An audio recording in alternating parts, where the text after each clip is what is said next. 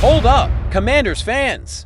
Think keeping our do-it-all-star receiver was a boneheaded move. Think again. While everyone's busy arguing about that, Adam Peters has 72 hours to fix the deadliest hole on this roster, an elite pass rusher. Who can stop quarterbacks from tearing us apart? Without one, this defense falls apart fast. And you know what's worse? 3 college monsters are playing today to prove they belong in our future. A wrecking ball edge rusher, a physical wideout with burst, and a backfield predator. If Peters doesn't act now, we lose both battles, this season and the future. Want to know who they are and how they can save us? Stick around till the end, hit that subscribe button, and smash that like. Let me tell you something most folks don't want to hear. After weeks of rumors, speculation, and non-stop debates online, Dan Quinn just slammed the door shut on any chance of moving Deebo Samuel before the November 4th trade deadline. And honestly, I think it's the right call, even if a lot of you disagree. Bill Barnwell from ESPN dropped a bomb a few days ago, suggesting Samuel could be a surprise trade chip. Social media went wild. Fans were split. Some said let's get draft picks. Others yelled you'd be crazy to trade him. But let me ask you this, do you really think this team is in a position to be selling right now? Here's what I'm saying, with a 3-5 record halfway through the season, the Commanders aren't dead yet. There's still hope.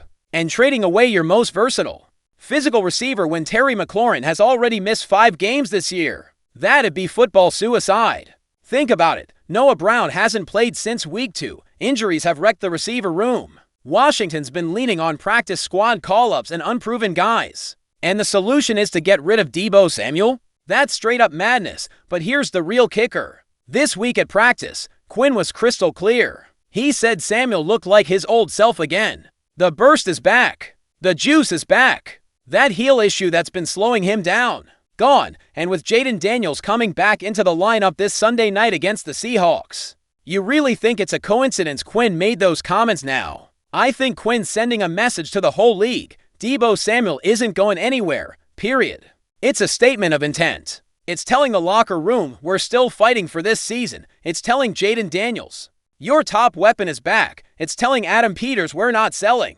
We're buying. Now let me ask you, what kind of message would trading Samuel send? It'd be waving the white flag. It'd be giving up on a rookie quarterback who's shown real flashes. It'd destroy the chemistry this team's been building. Some folks say, but Samuel might walk in free agency and we'd get nothing. And I say, so what? If he walks, he walks. But right now, with this roster banged up and McLaurin questionable every week, Samuel is untouchable. Let me put it in perspective. The Commanders gave up a 5th-round pick to the San Francisco 49ers to get Samuel this offseason.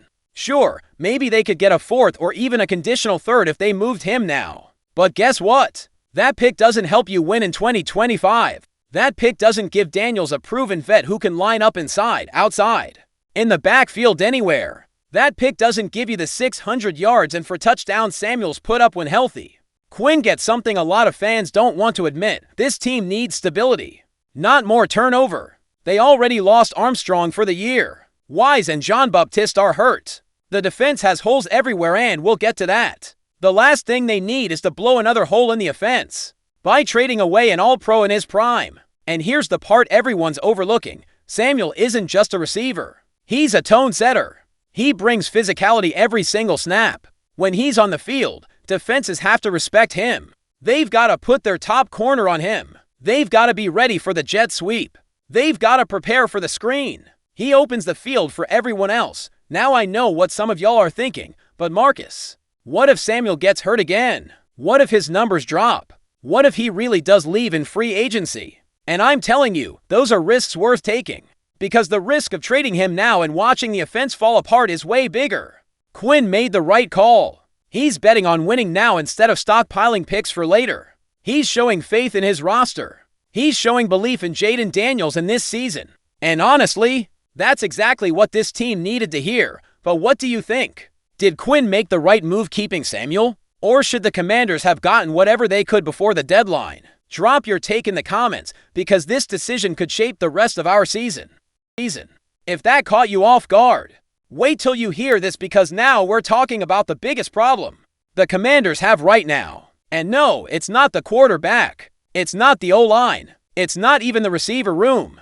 It's something that's been killing this team week after week, and it's getting impossible to ignore. The Commanders do not have an elite edge rusher. And that, my friends, is a massive problem. Look, I know there are bodies in the rotation. Jacob Martin got to sacks on Patrick Mahomes in Week 8. Von Miller can still give you a few quality snaps at 36. But here's the cold truth. None of those guys are game wreckers. None of them are the kind of player offenses have to game plan around. And things got worse when Dorrance Armstrong Jr. went down with a season-ending knee injury. He was on the verge of a breakout year. Now he's on the shelf with Dietrich Wise Jr. and Javonte Jean-Baptiste. That's 3 edge rushers gone. 3 key pieces of the defensive puzzle gone. Here's what I'm telling you. Dan Quinn's defensive formula is simple but deadly. 7 in coverage. 4-man rush. No crazy blitzes. No gimmicks. Just solid execution and guys winning one-on-ones. But you know what makes that work? Elite edge rushers. We saw the perfect example against the Chiefs. Washington picked off Mahomes twice early. The defense was humming.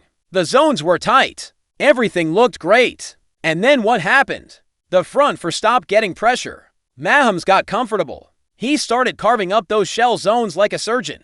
And the defense crumbled. Now let me ask you, is that on the DBS? Is that on the scheme? No, it's because there wasn't enough pressure off the edge to keep Mahomes off balance. Martin did his part, but he can't do it alone. Miller's on a pitch count. The rest are rotational guys doing their best. Adam Peters has to make a move. The trade deadline is November 4th. That's in 72 hours, and there are options out there that could totally flip this defense. The obvious name is Trey Hendrickson from the Cincinnati Bengals. This guy's been wanting out of Cincy for years. He's exactly what Washington needs, a big-bodied, twitchy defensive end who can crash the edge from either side, and even slide inside to wreck the pocket. He's a beast. He's a game changer. He's exactly what this defense is missing, but here's something interesting. There's another route that might be easier, the Miami Dolphins. According to Omar Kelly from the Miami Herald, both Jalen Phillips and Bradley Chubb could be available. And get this, Kelly says Chubb could be had for a 3rd-round pick, because his $19.2 million salary next season isn't guaranteed. The Dolphins could clear over $20 million in cap space by moving him. Phillips might cost a 4th or 5th, but for a young edge rusher in his 20s with sky-high upside, that's a steal. I think Peters should be on the phone with Miami right now. And here's why this is so critical. When you've got a consistent edge rusher, you can play that safe, effective style of defense Quinn wants. You can keep 7 in coverage. You can frustrate quarterbacks. You can force turnovers. The whole scheme works better when you've got that steady pressure off the edge. Think back to what happened against Kansas City. To early picks because Mahomes was under pressure. Then the pressure vanished and he lit us up. It's that simple. Edge pressure is the foundation of everything Quinn wants to do on defense. Now some folks might say, but Marcus, what about Frankie Louvu? Aren't they grooming him as an edge rusher? And I say, Louvu's a solid player, but he's not the short-term answer. He needs time to grow into that role. This season needs help now. Peters can't wait for the draft. He can't wait for someone to develop.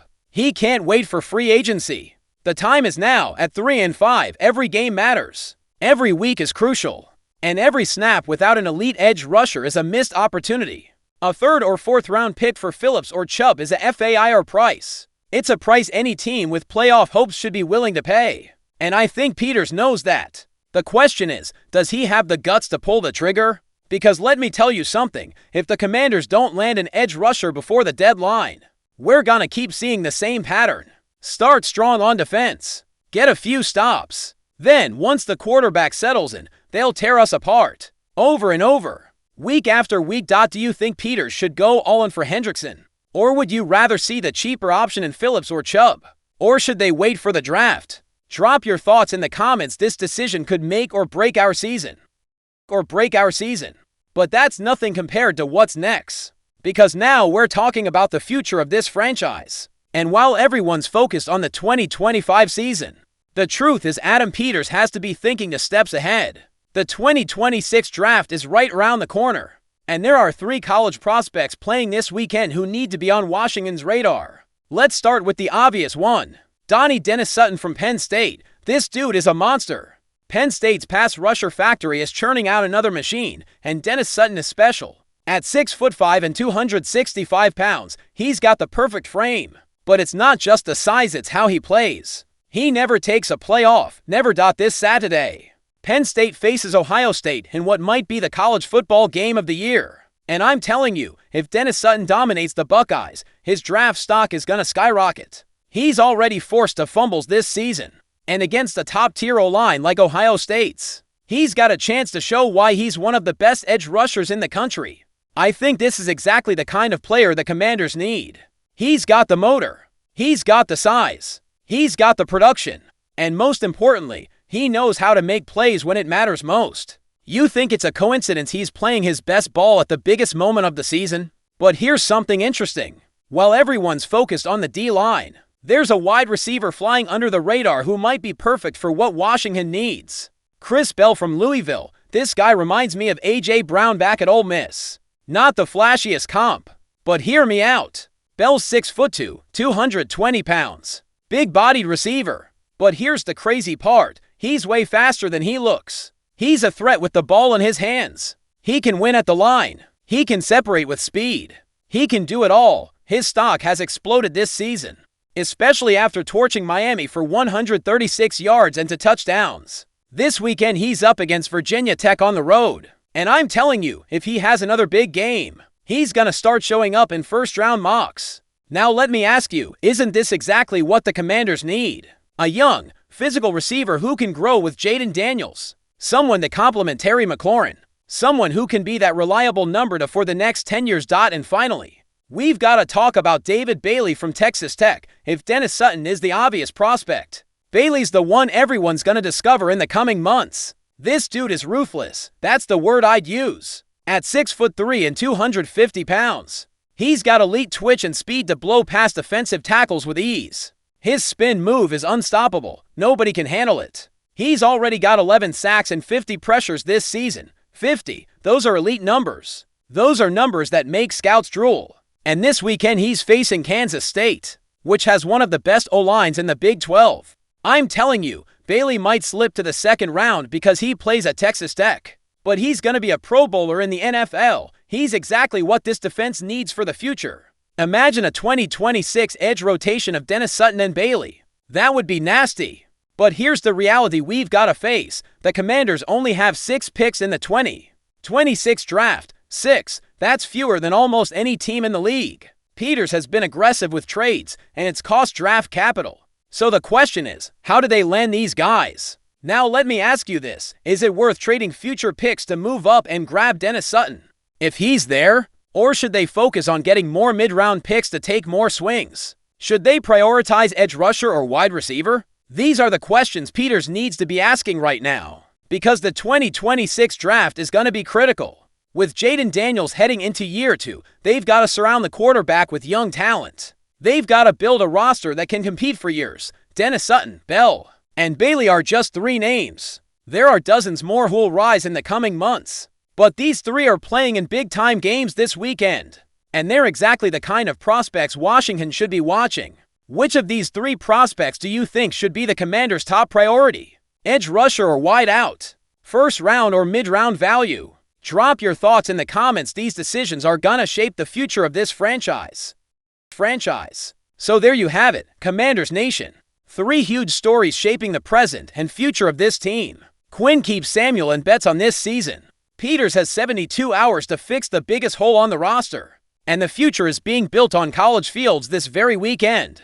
Now I'm asking you directly, do you agree with Quinn keeping Samuel? Do you think Peters is going to make a move before the deadline? Which of these college prospects do you want to see in Burgundy and Gold? Drop it all in the comments. I read every single one, and if you made it this far, let me tell you something. You are part of this family. This Commanders fan community that lives and breathes Burgundy and Gold. That hurts with every loss and celebrates every win. That never gives up on this team no matter how tough things get. If you haven't subscribed yet, what are you waiting for? Hit that subscribe button now. Turn on the bell so you don't miss a single update. Smash that like button if you want Peters to make a move before the deadline. And share this with every Commanders fan you know. This info is way too important to keep to yourself. Tomorrow we've got more breaking news, more deep analysis, more content you can't miss. Because this doesn't stop. The season's at its most critical point, and we're gonna be right here covering every move, every decision, every game.